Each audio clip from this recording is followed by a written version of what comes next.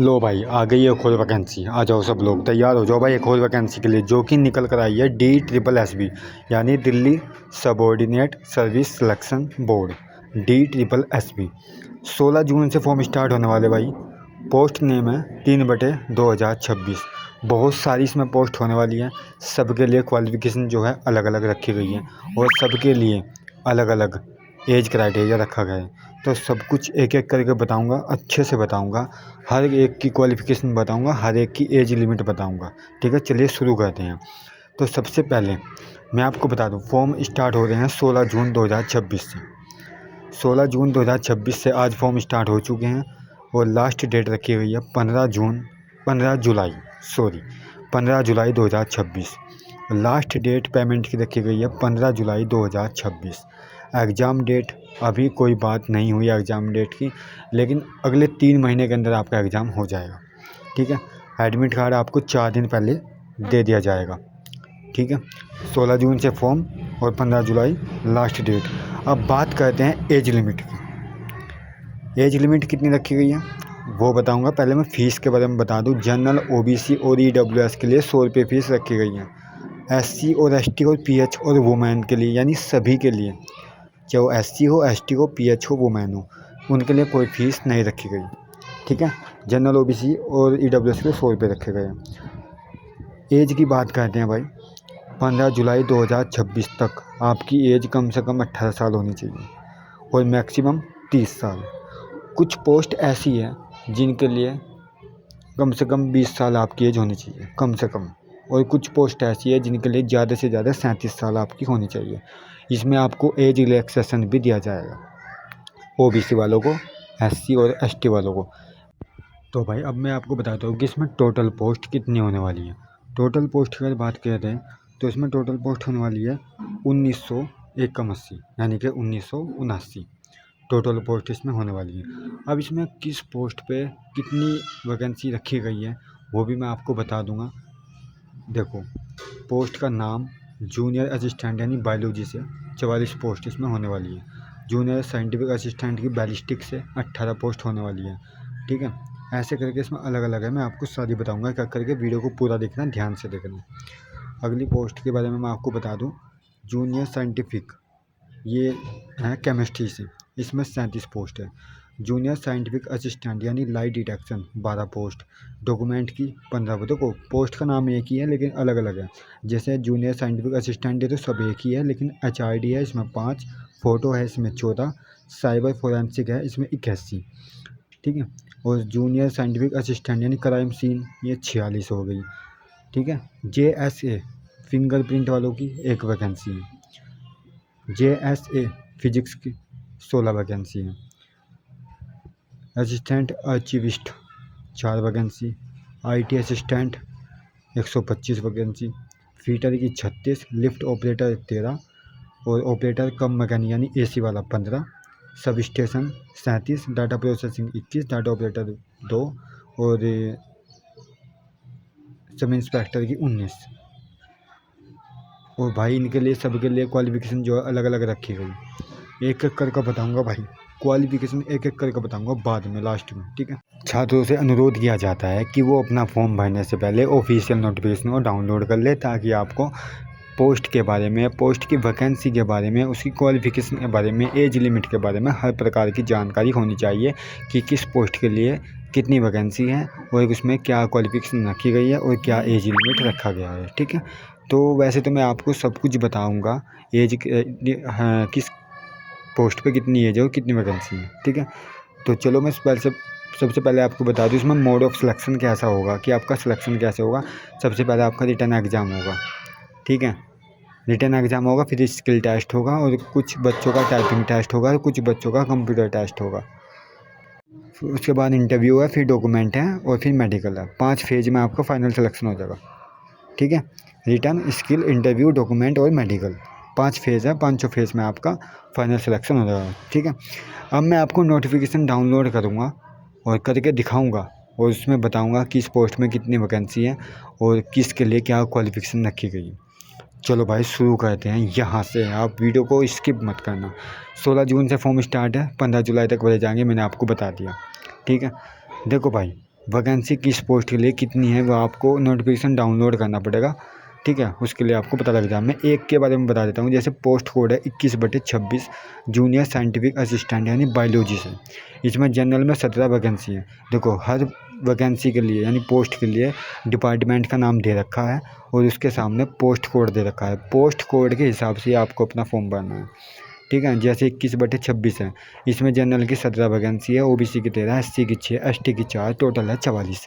इसी प्रकार आपको हर डिपार्टमेंट की पोस्ट कोड के हिसाब से अपनी क्वालिफ़िकेशन के हिसाब से देख लेना कि आप किस क्वालिफ़िकेशन, आपके पास जो क्वालिफ़िकेशन है आप किसके लिए अप्लाई करोगे, ठीक है। और इसमें देख लेना कि आपकी कैटेगरी में पोस्ट है या नहीं है, तब जाके अप्लाई करना, ठीक है। मैं आपको बताऊंगा किस पोस्ट के लिए क्या क्वालिफ़िकेशन दे रखी है। चलो थोड़ा आगे चलता हूँ, मैं आपको सारी इन्फॉर्मेशन दे देता हूँ किस पोस्ट के लिए कितनी। देखो सबसे पहले मैं बताता हूँ 21/26 पहली पोस्ट है, ठीक है। तो इसमें 21/26 का पोस्ट का नाम बताऊंगा। पहले मैं आपको पोस्ट का नाम क्या है इसका देखो ज़रा। इसमें मास्टर डिग्री मांग रखी है जूलॉजी से। देखो भाई इसका पोस्ट का नाम है जूनियर साइंटिफिक असिस्टेंट। ये तो सेम है JSA, बस आपका बाद में डिपार्टमेंट बदल जाता है, जैसे बायोलॉजी से, फिजिक्स से, केमिस्ट्री से, RAC से। तो ऐसे ही आपको अलग अलग पोस्ट के लिए अलग अलग वैकेंसी मिल जाएगी और अलग अलग क्वालिफिकेशन मिल जाएगी। तो मैं पहली वैकेंसी जो है 21/26 है, इसका नाम बायोलॉजी से है JSA। ये तो सेम रहेगा, ठीक है, डिपार्टमेंट बदलेगा। इसमें क्वालिफिकेशन है मास्टर डिग्री इन जूलॉजी या बायोलॉजी या माइक्रोबायोलॉजी या एंथ्रोपोलॉजी या बायोलॉजी या ह्यूमन बायोलॉजी, ठीक है। आपके पास मास्टर डिग्री इनमें से किसी से भी होनी चाहिए, ठीक है। अब अगली पोस्ट के बारे में मैं आपको बताता हूँ। अगली पोस्ट का नंबर जो है वो होता है 22/26। 22/26 में भी देखो JSA, ये तो सेम रहेगा। 22/26 पोस्ट का नाम है, पोस्ट कोड, और JSA यानी ये हो गया बैलिस्टिक से, ठीक है। इसमें भी अलग अलग क्वालिफ़िकेशन दे रखी है, मतलब हर पोस्ट के लिए क्वालिफ़िकेशन जो है अलग ही दे रखी है। मैंने आपको बार बार यही बात बता रहा हूँ। इसमें क्या है, मास्टर डिग्री होनी चाहिए किससे, फिजिक्स या मैथ या फोरेंसिक साइंस से, ठीक है। किसी से भी आपकी मास्टर डिग्री में होनी चाहिए। अब मैं अगली पोस्ट के बारे में बता दूं। अगली पोस्ट कौन से होने वाली, वो है 23/26 JSA। ये केमिस्ट्री से हो गई। अब केमिस्ट्री से इसमें क्या मांग रखा है, अब आप समझ गए होंगे। इसमें भी डिग्री मांग रखी है, मास्टर डिग्री किससे, केमिस्ट्री से या टॉक्सोलॉजी या बायोकेमिस्ट्री से। अब अगली पोस्ट के बारे में आपको बता दूं। अगली पोस्ट कौन सी है, 24/26। इसमें क्या है, JSA लाइट डिटेक्शन हो गया। इसमें लाइट डिटेक्शन हो गया। इसमें डिग्री क्या मांग रखी है, अब वो भी देख लेते हैं। इसमें क्या डिग्री मांग रखी है लाइट डिटेक्शन में। इसमें मास्टर डिग्री होनी चाहिए किससे, क्रिमिनोलॉजी या फिजियोलॉजी, ठीक है। चलिए अगली पोस्ट के बारे में आपको बताते हैं, ठीक है। इसमें मास्टर डिग्री फिजियोलॉजी या क्रिमिनोलॉजी। अब अगली है 25/26। ये भी JS से है, ये डॉक्यूमेंट है, ठीक है। बस यही बदलेगा या डिपार्टमेंट बदलेगा, बल्कि पोस्ट का नाम JSA रहेगा। इसमें मास्टर डिग्री होनी चाहिए किससे, फिजिक्स या केमिस्ट्री या फोरेंसिक साइंस, डिपार्टमेंट के हिसाब से, ठीक है। अब अगली के बारे में बताता हूँ 26/26। ये है पोस्ट कोड, और भाई HRD यानी जूनियर साइंटिफिक असिस्टेंट। ये कौन सी है, HRD की। इसमें क्या क्वालिफिकेशन है, मास्टर डिग्री होनी चाहिए किससे, फिजिक्स हो या मैथ हो या कंप्यूटर साइंस हो। फिजिक्स, मैथ या कंप्यूटर साइंस या केमिस्ट्री या बॉटनी, जूलॉजी, जिससे भी हो मास्टर डिग्री होनी चाहिए, ठीक है। अब अगली के बारे में बता दूं मैं आपको। अगली है 27/26, ठीक है। इसमें क्या है, फ़ोटो, जूनियर साइंटिफिक असिस्टेंट यानी फ़ोटो। इसमें क्या मांगा गया है, मास्टर डिग्री होनी चाहिए किससे, फिजिक्स, कंप्यूटर साइंस या डाटा एनालिटिक्स या AI। मास्टर डिग्री AI से भी हो तो भी चल जाएगा, ठीक है। अगली पोस्ट के बारे में मैं आपको बताता हूँ। चलो अगली पोस्ट देख लेते हैं कौन सी है। अगली पोस्ट है भैया 28/26।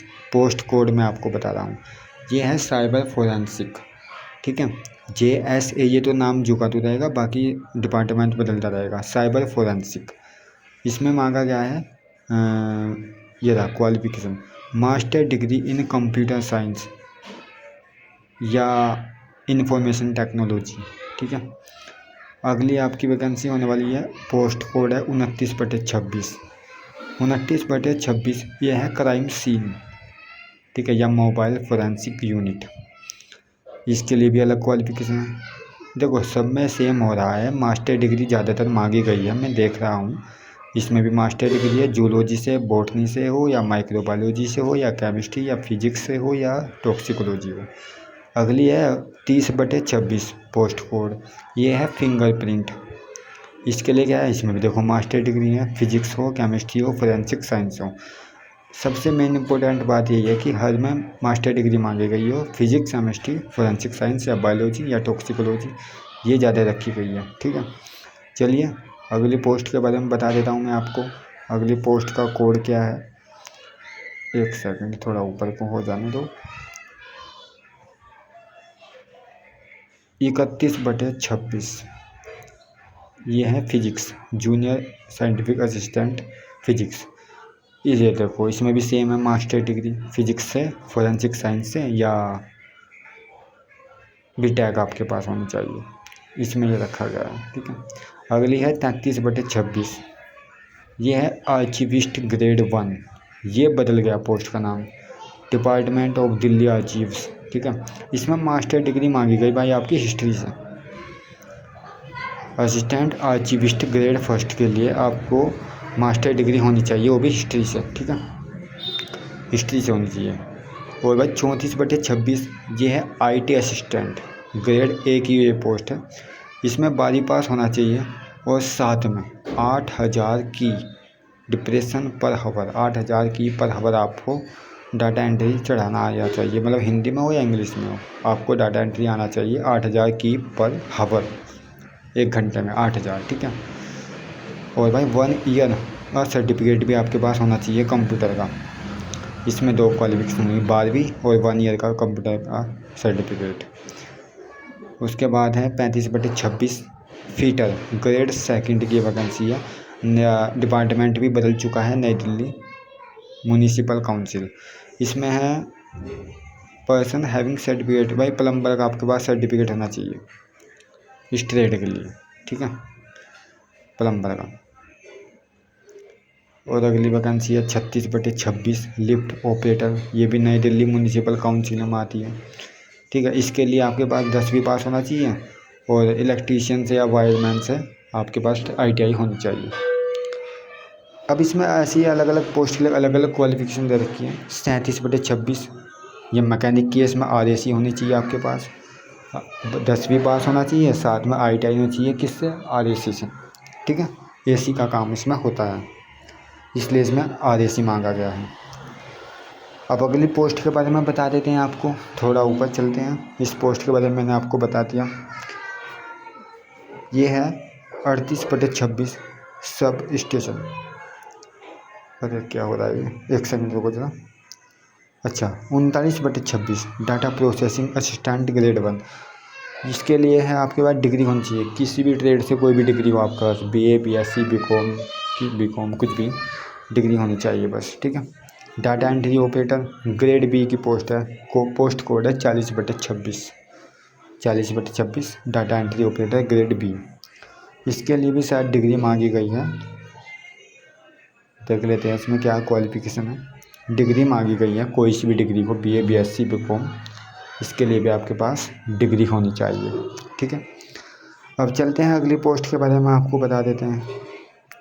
42/26 डोमेस्टिक साइंस टीचर। ठीक है, ये एजुकेशन डिपार्टमेंट आ गया।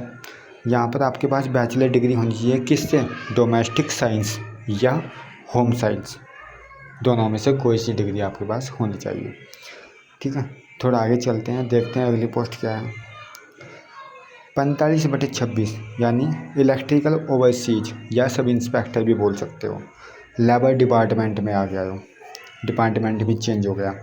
इसमें 3 साल का डिप्लोमा आपके पास होना चाहिए, यानी बैचलर डिग्री इलेक्ट्रिकल इंजीनियरिंग से हो या बैचलर डिग्री हो। हाँ, इसने कहा कि 3 साल का है तो आपके पास डिप्लोमा हो या फिर आपके पास बैचलर डिग्री हो इलेक्ट्रिकल इंजीनियरिंग से। ठीक है, और भाई 1 ईयर का एक्सपीरियंस भी मांगा गया है, इसमें 1 साल का एक्सपीरियंस भी आपके पास होना चाहिए। ठीक है, चलिए थोड़ा आगे चलते हैं, देख लेते हैं और इसमें क्या क्या है।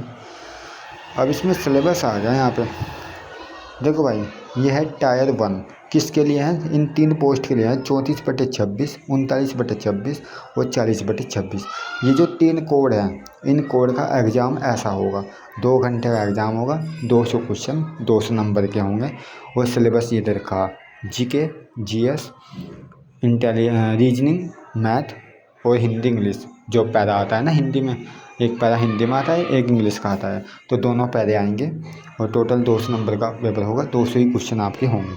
ठीक है, ये 3 कोड हैं, याद रखना। सिलेबस कोड के हिसाब से है अलग अलग। ठीक है, देखो general awareness, general intelligence, reasoning, math, Hindi, English, ये पैरे आते हैं, हिंदी का भी इंग्लिश का भी। ठीक है, अगली के बारे में बता देता हूँ। टायर 1 देखो, 21/26, 22, 23, 24, 25, 26, 27, 28, 29, 30, 31 होते को। मैं साफ बात ये कहता हूँ कि आप जिस पोस्ट के लिए अप्लाई करोगे उसका कोड याद रखना, कोड के हिसाब से ही पेपर होगा, कोड के हिसाब से आपका सिलेबस है। ये यहाँ आप कोड दे रखे हैं, इसमें 200 नंबर का आपका पेपर होगा, 200 ही क्वेश्चन होंगे। ठीक है, इसका सिलेबस जो है सेम है, सिलेबस सेम रहेगा। इसमें general awareness, reasoning, math, Hindi का पैरा और इंग्लिश का पैरा, 200 नंबर का क्वेश्चन होगा आपका, यानी प्रत्येक जो है 20-20 के आएंगे, 20 में 100। ठीक है, 200 क्वेश्चन 200 नंबर के, 1 नंबर का 1 हो गया, डबल हो जाएगा शायद वहाँ पे। और यहाँ पे अलग दे रखा है, यहाँ पे 2 घंटे का होगा, 200 क्वेश्चन 200 नंबर के। सिलेबस इसमें भी सेम रहेगा। ठीक है, सिलेबस सेम है भाई तीनों का, बस ये थोड़ा सा ये बदला हुआ है कि इसमें पोस्ट कोड के हिसाब से अलग अलग टायर दिया हुआ है। एक टायर आपका देखो 200/200 पहले टायर है, तीसरा टायर जो मैंने बताया, वो जो बीच में मैंने बताया उसका अलग है। ठीक है, एज रिलैक्सेशन आपको मिलेगा 5 साल का, SC वालों को और ST वालों को, OBC को 3 साल का मिलता है। ठीक है, OBC को 3 साल का मिलेगा। भाई एक बार मैं आपको रिक्वेस्ट कर रहा, एक बार आप नोटिफिकेशन को डाउनलोड कर लेना, उसको अच्छे से नोट कर लेना, उसकी जिस पोस्ट के लिए आप अप्लाई करोगे, यानी जिस चीज़ के आपके पास क्वालिफिकेशन है ना, उस चीज़ की ही आप फॉर्म भरोगे, तो उसका कोड याद रखना, उस हिसाब से फॉर्म भरना। ठीक है, बाकी देखो मैंने अपनी तरफ से बहुत कोशिश की आपको सब कुछ सही बताने की, मेरी तरफ से फिर भी कोई गलती हुई हो तो उसके लिए मैं क्षमा चाहता हूँ। मिलते हैं अगली वीडियो में, यहाँ तक के लिए आपका बहुत बहुत धन्यवाद।